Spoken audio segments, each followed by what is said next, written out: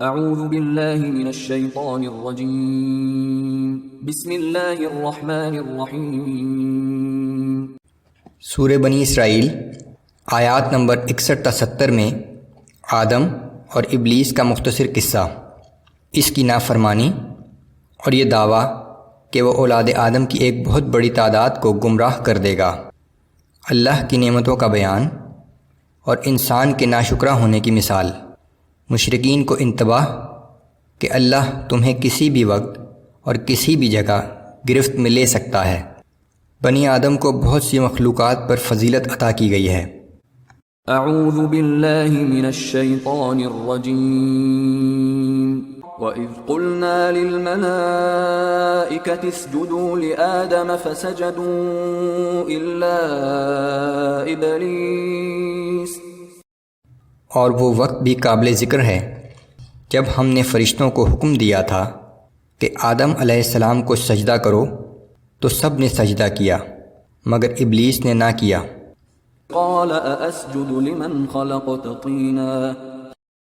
ابلیس نے کہا کہ کیا میں اس کو سجدہ کروں جسے تو نے مٹی سے بنایا ہے؟ قال أرأيتك هذا الذي كرمت علي لئن أخرتني إلى يوم القيامة لأحتنكن ذريته إلا قليلا۔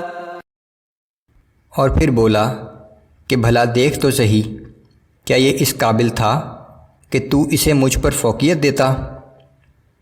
اگر تو مجھے روز قیامت تک کی مہلت دے تو میں تھوڑے سے لوگوں کے علاوہ اس کی ساری اولاد کو اپنے بس میں کر لوں گا۔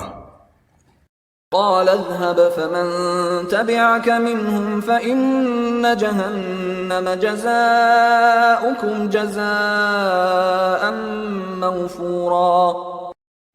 اللہ نے فرمایا کہ جا، تجھے مہلت دی جاتی ہے، پھر ان میں سے جو شخص بھی تیری پیروی کرے گا تو بے شک تجھ سمیت ان سب کے لیے جہنم ہی بھرپور جزا ہے۔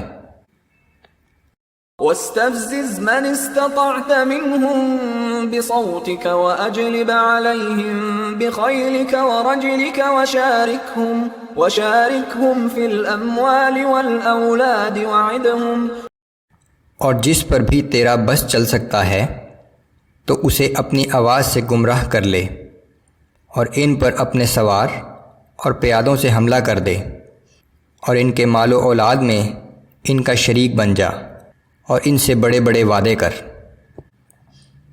وما يعدهم الشيطان الا غرورا۔ اور شیطان تو لوگوں سے بس جھوٹے وعدے ہی کرتا ہے۔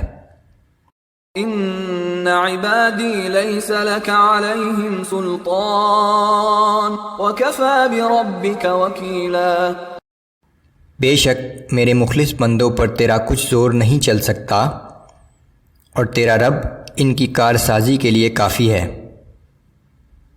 ربكم الذي يزجي لكم الفلك في البحر لتبتغوا من فضله انه كان بكم رحيما۔ تمہارا رب تو وہ ہے جو تمہارے لیے سمندر میں کشتیاں چلاتا ہے تاکہ تم اس کا فضل تلاش کرو، بلا شبہ وہ تمہارے حق میں بڑی رحمت والا ہے۔ وَإِذَا مَسَّكُمُ الضُّرُّ فِي الْبَحْرِ ضَلَّ مَن تَدْعُونَ إِلَّا إِيَّاهُ۔ اور جب سمندر میں تمہیں کوئی مصیبت پیش آتی ہے تو اللہ کے سوا وہ تمام معبود جنہیں تم پکارا کرتے ہو تم انہیں بھول جاتے ہو۔ فَلَمَّا نَجَّاكُمْ إِلَى الْبَرِّ أَعْرَضْتُمْ وَكَانَ الْإِنسَانُ كَفُورًا۔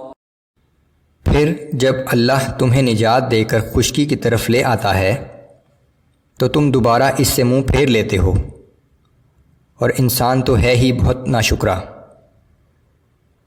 أَفَأَمِنْتُمْ أَنْ يَخْسِفَ بِكُمْ جَانِبَ الْبَرِّ أَوْ يُرْسِلَ عَلَيْكُمْ حَاصِبًا ثُمَّ لَا تَجِدُوا لَكُمْ وَكِيلًا۔ کیا تم اس بات سے بے خوف ہو گئے ہو کہ وہ تمہیں خشکی کی طرف لے جانے کے بعد بھی زمین میں دھنسا دے یا تم پر پتھر برسانے والی آندھی بھیج دے، پھر تم کسی کو اپنا مددگار نہ پاؤ گے۔ ام امنتم ان يعيدكم فيه تارة اخرى فيرسل عليكم قاصفا من الريح فيغرقكم بما كفرتم ثم لا تجدوا لكم علينا به تبيعا۔